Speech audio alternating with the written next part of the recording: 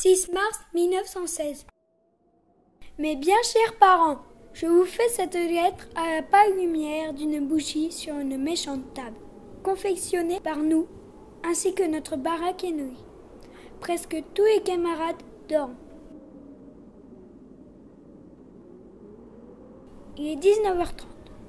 Il tombe de la neige à plein temps.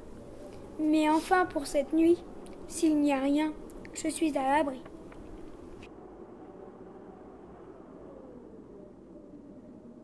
Mes chers parents, il ne faut pas trop vous faire de mauvais sorts pour le moment. On s'envoie de dur, mais un coup passé, on n'y pense plus. L'affaire de Verdun, je crois que ce n'est pas encore fini. Vous me dites que vous vous ennuyez. Eh bien, chers parents, il faut prendre le dessus. Je le sais fort bien que vous vous ennuyez. Mais que voulez-vous? Il y en a beaucoup qui ne s'en font pas. Je m'en vais finir, car je vous assure que je commence à ne pas avoir chaud. Ah, j'oubliais de vous dire que je crois que nous devions changer de secteur, mais ce n'est pas encore sûr. En attendant, recevez bien, chers parents, 1000 caresses et amitiés, votre fils qui pense à vous sans cesse. Bon baiser à tous, Jean Laplace.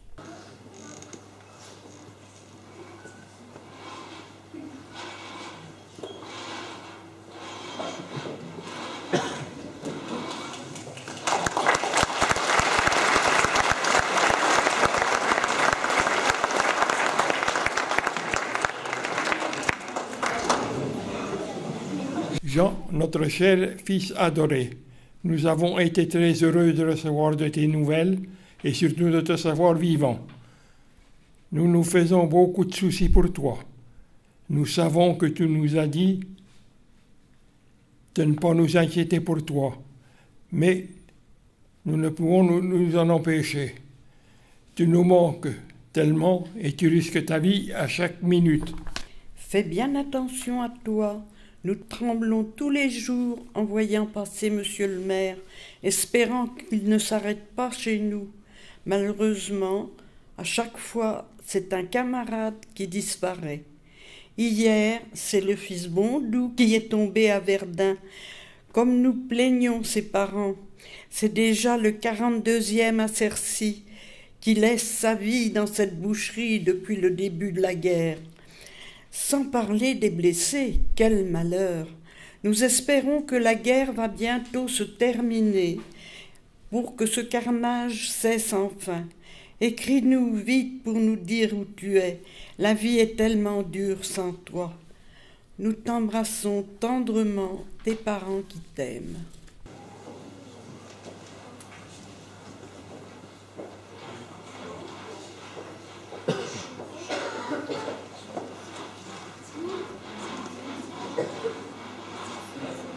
« 21 avril 1916. Mes bien chers parents, vous ne sauriez croire combien j'ai eu de la peine de vous voir aussi triste. Quand j'ai vu la minute de départ et pauvre papa sangloter, vous ne sauriez croire combien ça m'a fait mal. Une dernière fois, au passage du train, j'ai regardé la maison comme une ombre qui pendant 8 jours avait été mon doux abri. Tu vois, chère maman, je voyais cher papa et petit frère qui regardaient le train filer comme un fantôme dans la nuit.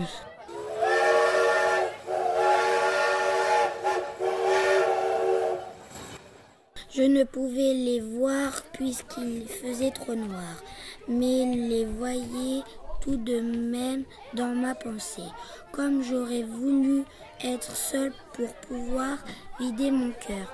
Mais que voulez-vous, un homme ne peut tout de même pas pleurer comme ça devant tout le monde. Vous me dites de vous pardonner, mais que voulez-vous que je vous pardonne? Au contraire, c'est plutôt moi, je crois, qui dois vous demander pardon, car parfois, je n'ai peut-être pas toujours fait ce que je devais envers vous. Ah, mes chers parents, où sont les quelques jours que j'ai passés si tranquillement près de vous? J'aurais voulu vous égayer un peu, mais je ne pouvais pas. Ma chère maman, comme je te remercie d'avoir été si forte, d'avoir pu conserver ta douleur pendant que je te voyais encore de mes propres yeux.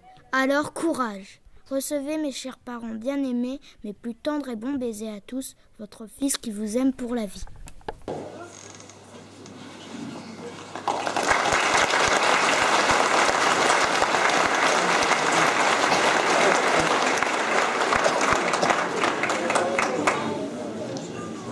Mon cher Jean, ta permission n'a pas duré assez longtemps pour que nous nous réjouissions de ta présence.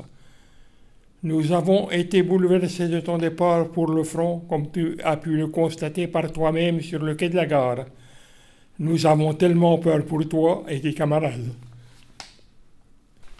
Mon fils, tu as vu la peine dans mes yeux. Bien sûr, je suis malheureuse, et j'ai réussi à contenir mes larmes, car ce que tu vis est tellement atroce que je me rends compte que ma souffrance n'est rien à côté de la tienne, la mort quotidienne. Comment faire à cela? Dis-toi que nous sommes bien fiers de toi, ton père et moi. Contrairement à ce que tu penses, nous n'avons rien à te pardonner. Tu as toujours été un bon fils pour nous, toujours à nos côtés, nous aidant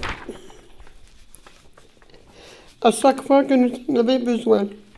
Tu as toujours été là pour ton frère. Tu le soutenais et l'aidais. Alors, ne t'en veux de rien, reviens-nous vite et reprenons le cours de notre vie, tes parents qui t'aiment.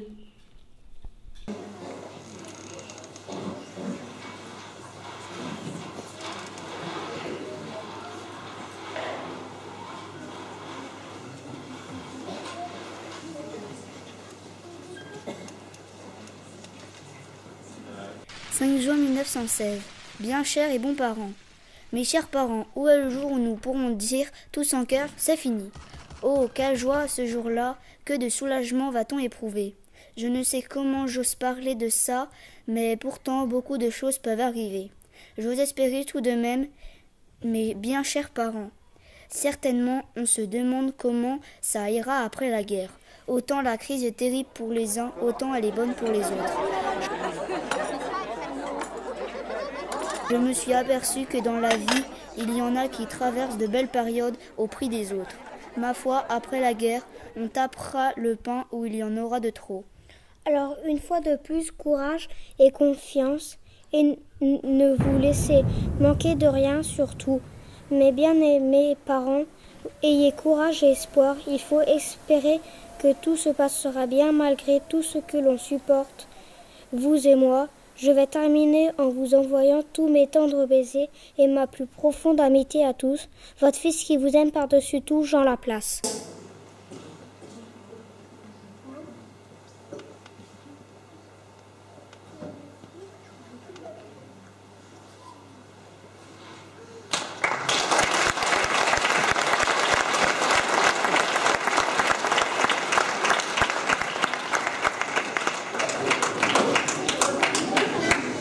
Mon cher Jean, nous avons reçu ta lettre du 4 juin qui nous a beaucoup inquiétés. C'est difficile pour nous d'imaginer donc dans quelles conditions vous vivez, toi et tes camarades.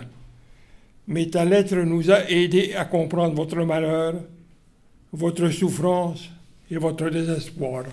Comme vous devez être fatigué et effrayé toutes ces nuits, sous la pluie, sans dormir, dans la peur de se faire tuer. Pour la peur, on ne peut rien faire, mais pour le froid, je peux t'aider. J'ai déjà commencé à tricoter des chaussettes en laine pour réchauffer tes pieds. Comme ça, tu pourras profiter du peu de temps que tu as pour dormir. On voudrait bien faire plus, malheureusement, on ne peut pas. Ici, nous avons de la chance, nous sommes épargnés par les combats. On a du mal à avoir de la viande tous les jours, ça coûte trop cher. Mais nous ne nous plaignons pas, nous pensons à toi, à tes camarades qui souffraient chaque jour de la faim et du froid. Tes parents qui t'embrassent très fort et qui t'aiment.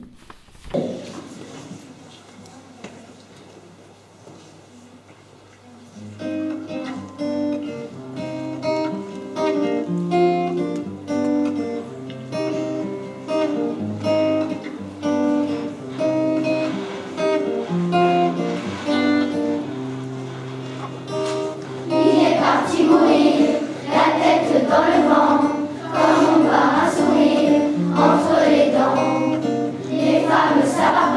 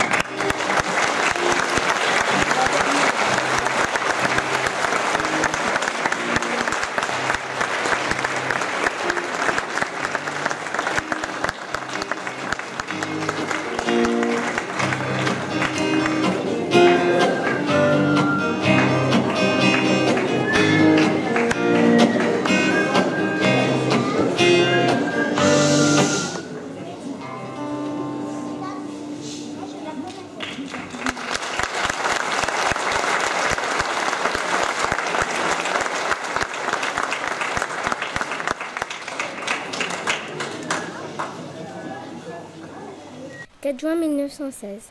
Mes bons et chers parents, je vous fais cette lettre de la tranchée où nous sommes depuis hier soir.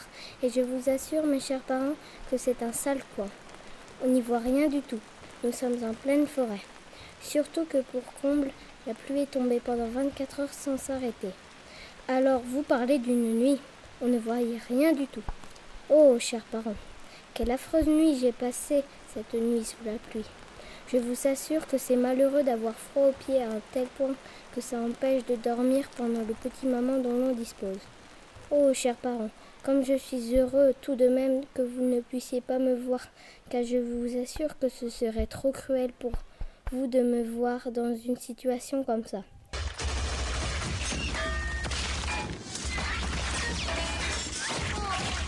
Qu'avons-nous donc fait pour être tous dans la souffrance et le désespoir ainsi que les nôtres?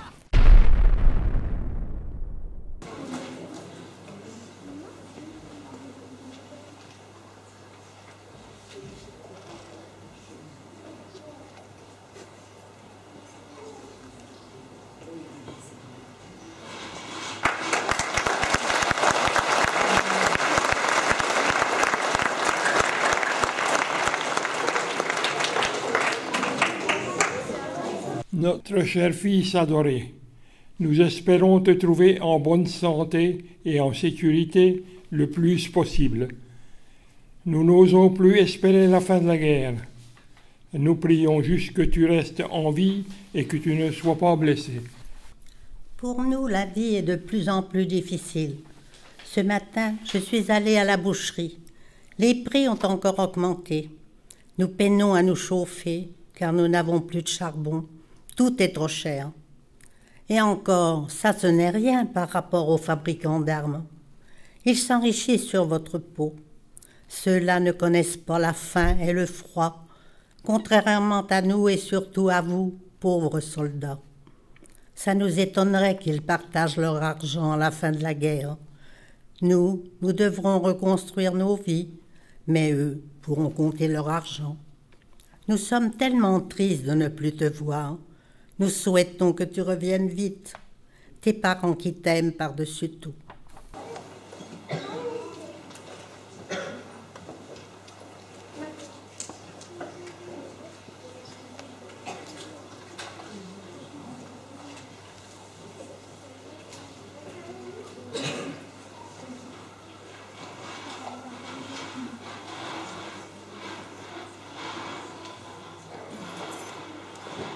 « 3 juillet 1916. Chers camarades, je me suis occupé de ce pauvre Jean.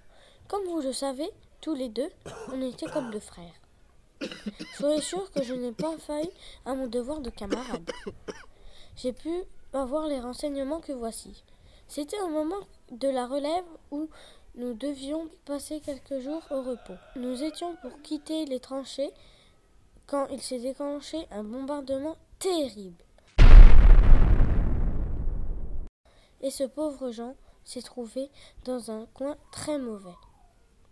Il a été touché par un obus, une jambe et un bras cassés, et un éclat dans le côté. L'hémorragie s'est presque aussitôt répandue, ce qui lui a occasionné une mort presque prompte. Mais il n'était pas du tout déchiqueté. Croyez-moi. Alors, les camarades se sont portés aussitôt à son secours et lui ont donné tous les soins possibles. Mais malgré tout, il a succombé. L'enterrement a eu lieu à Danemarie, dans une localité assez près d'où nous sommes. J'y suis allée. Je sais exactement l'emplacement où il est. Les camarades de sa compagnie lui ont acheté une couronne et moi je lui ai acheté une autre. Toutes ses affaires lui ont été enlevées, sa montre, les 3 pièces d'or, une certaine somme en papier qu'il n'a pas pu évaluer et un tas d'autres petites choses. La cérémonie a été très belle. Je remercie tous les camarades qui ont eu du cœur pour lui. Recevez, chers camarades, une bonne poignée de main d'un camarade qui pense à vous. Maurice Ivoré.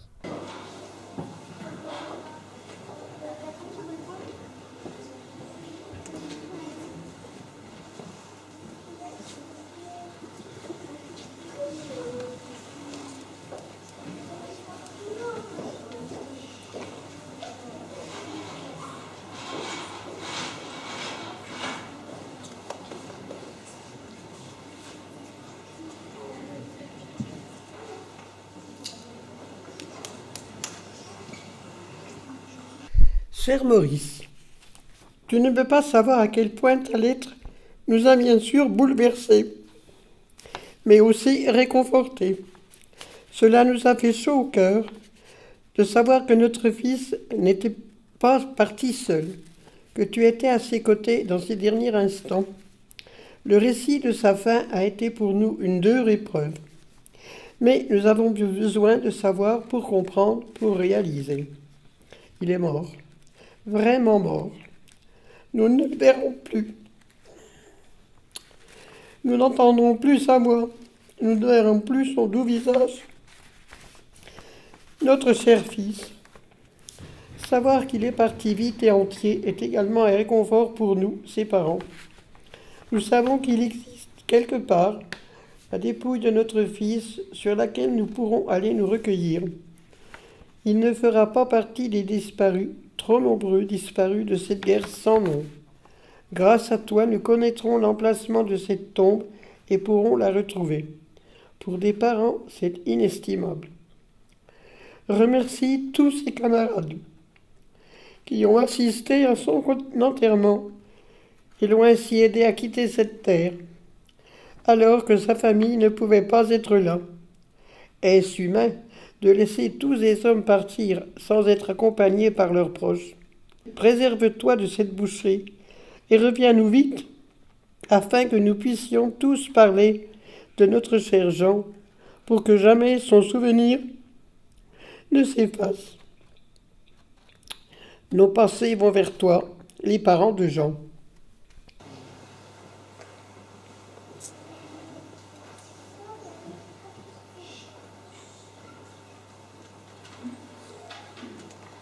Danemarie, le 9 février 1917. Chère dame, je viens de recevoir votre lettre datée du 3 février. J'ai été bien contente d'avoir de vos nouvelles. J'ai 12 ans et chaque jour je vais à l'école et je fais ma première communion le dimanche après Pâques. J'ai encore 2 sœurs et un frère. Mon papa a la chance de ne pas être en guerre. Il a 46 ans.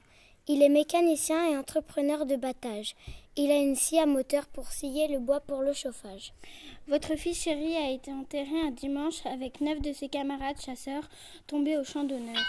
C'était triste de voir 10 cercueils qui se suivaient. Toute la paroisse assistait à l'enterrement ainsi que leurs camarades chasseurs et les militaires qui étaient cantonnés à Danemarie et tous les officiers de l'administration du cercle de Danemarie. Monsieur le général ainsi que monsieur l'aumônier ont dit un discours sur le cimetière.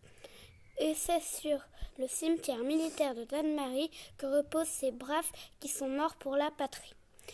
Et moi, je me suis fait pour devoir de soigner la tombe de votre fils chéri, dont j'ai porté la couronne, et ça doit être une consolation pour vous, chère dame, que votre enfant repose sur un cimetière en Alsace, tandis qu'il y a des milliers d'autres que les parents ne savent pas où ils sont enterrés. En ce moment, il fait très froid et ces pauvres soldats souffrent beaucoup de froid. Le pain est gelé dans leur musette et le vin dans leur bidon. Espérons que cette terrible guerre finira cette année. Recevez, chère dame, mes sincères amitiés. Marthe Wetzel, à Danemarie, Haute-Alsace.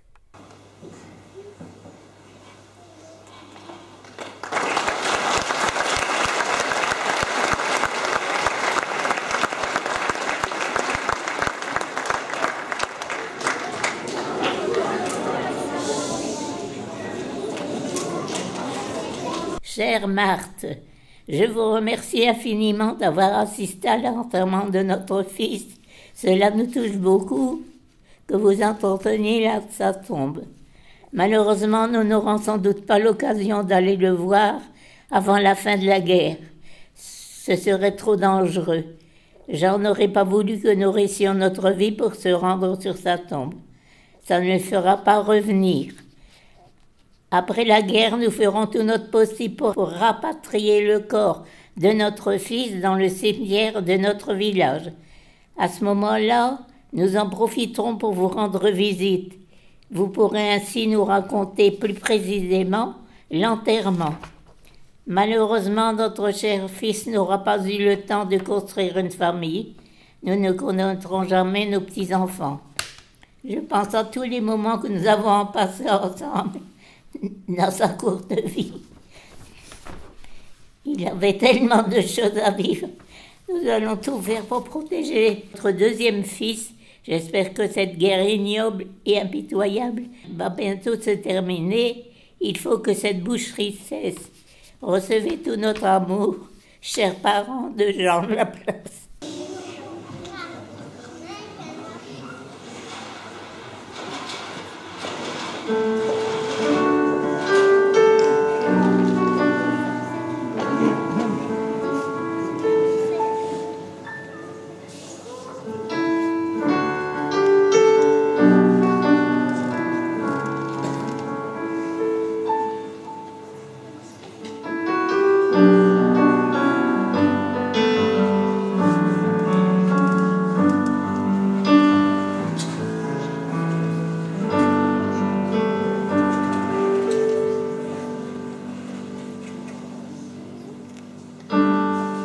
Thank you.